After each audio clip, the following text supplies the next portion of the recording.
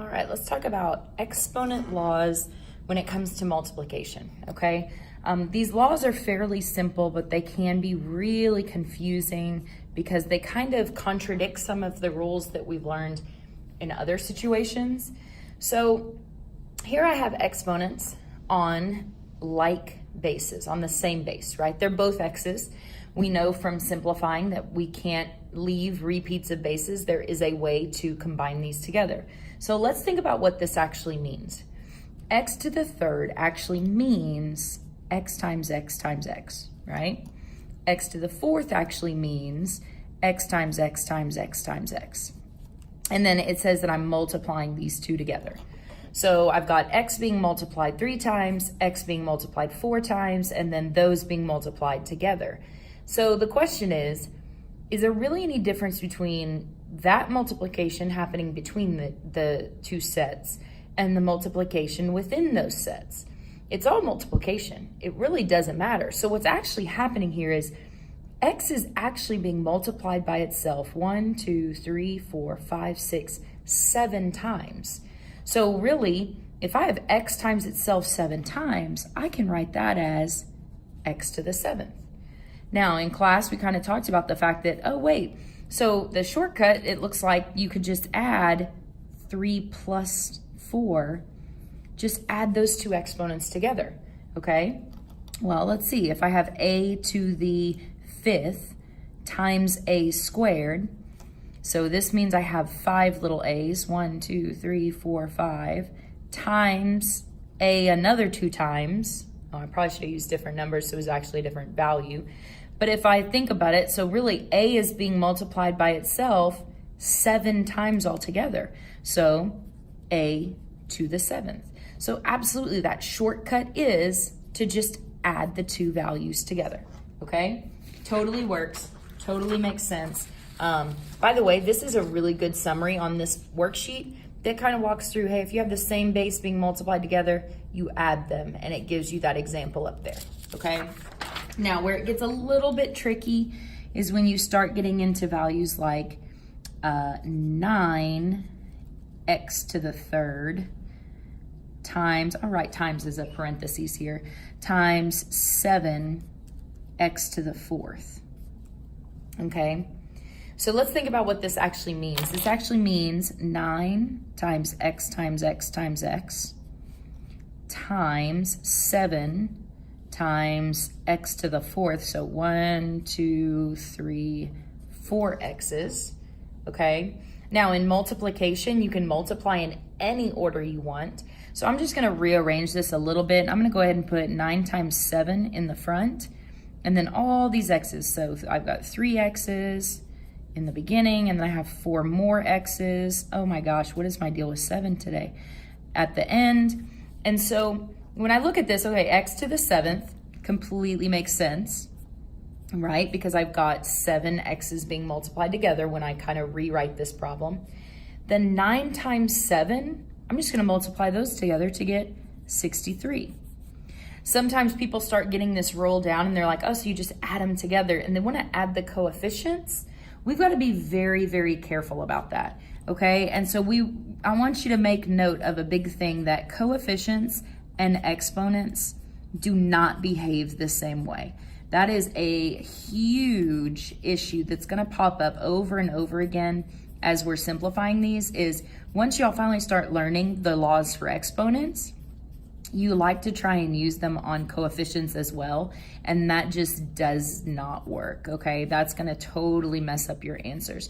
So if you're dealing with a coefficient and you're dealing with an exponent, they're gonna do two different things. Here, my exponents added together, but my coefficients still multiply, okay? They do what the problem says. So if it's a multiplication problem, the coefficients will actually multiply together, okay? All right. Now, what happens when I have a power raised to a power? So x to the 5th raised to the 3rd.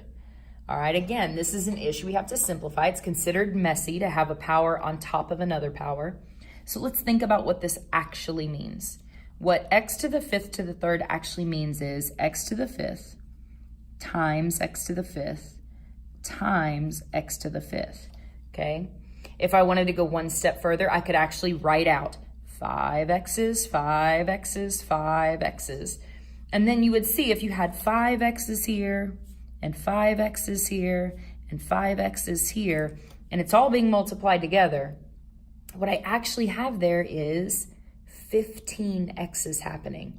I can even use the rule I just learned up here where I can add those together and go, oh, okay, well, 5 plus 5 plus 5 gives me x to the 15th. Now, as we go back and look at this problem, we start trying to look for connections. Well, the relationship between 5 and 3 is, wait a minute, can I just say that I did 5 times 3? When it's a power raised on top of another power, we just multiply them together. Let's see if that works. Let's say if I go w to the 4th to the 9th, all right? So that means I have w to the 4th 9 times. Holy cow. 1, 2, 3, 4, 5, 6, 7, 8, 9. I think that's 9. 1, 2, 3, 4, 5, 6, 7, 8, 9. So if I'm adding all these together, 4 plus 4 plus 4 plus 4 plus 4 plus 4 plus 4 plus 4 plus 4, the shortcut mathematically is, oh, just multiply them together. So that is w to the 36th, okay? So again, if I go back to my little cheat sheet here, as far as the laws go, the law says if you have a power raised to another power, you multiply them together. That's what it means when they're back to back like that. So 2 squared and then to the 6th, you multiply them together to get to the 12th, okay? So that's that rule. Now let's look at what happens when I have multiple pieces, AB, raised to the 5th, okay? So when you really start thinking about this, you're going, okay, well, I want everything in here raised to the 5th. Well, how many bases do I have inside? There are 2. I've got A to the 5th and B to the 5th, right? Sorry, I have a base of A and a base of B. So each of those need to be raised to the 5th. What I will sometimes do for myself is I'll kind of go, okay, so this 5th needs to get passed out to each base inside. So A to the 5th, B to the 5th, and now it's not really out there anymore. And so, okay, A to the 5th is just A to the 5th, B to the 5th is B to the 5th. I can't really do anything else to clean that up. They're not like bases, they're not the same base, so I can't really combine them together to get a 10th exponent up there. If you have 2 different bases, you're done. You clean, there's no power to a power, there's no repeats of bases, there's no negative exponents. So we followed all those rules that we have to, okay? All right, so when it gets a little more complicated, 9xyz all being squared, the first thing I want to think about is, okay, how many bases are there in here that are actually getting squared? Well, 9 is getting a base, x is a base, y is a base, z is a base. So I'm going to take this 2, and every single one of these bases needs to get squared, squared, squared, squared. All right?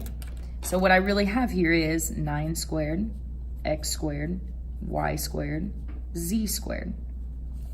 And so remember, when you're doing exponents, every base counts as its own little separate step, okay? So now I'm gonna look back and think, okay, is there anything I can clean up here? Well, 9 squared, I can actually work that out. That's all numbers, right? 9 squared is 81, 9 times 9. X squared, y squared, and z squared, they're different bases, so that's not an issue. I don't have a power on top of a power, so that's not an issue. So those are all just gonna kind of stay the same. Once I distribute that squared out, we're totally okay on that, all right? As far as knowing when you're simplified, if you get like AB to the 5th, that actually cannot be simplified. It's not distributing, so it's different than that situation we saw up there. The bases are different. There's not really anything we can do there. It cannot be simplified.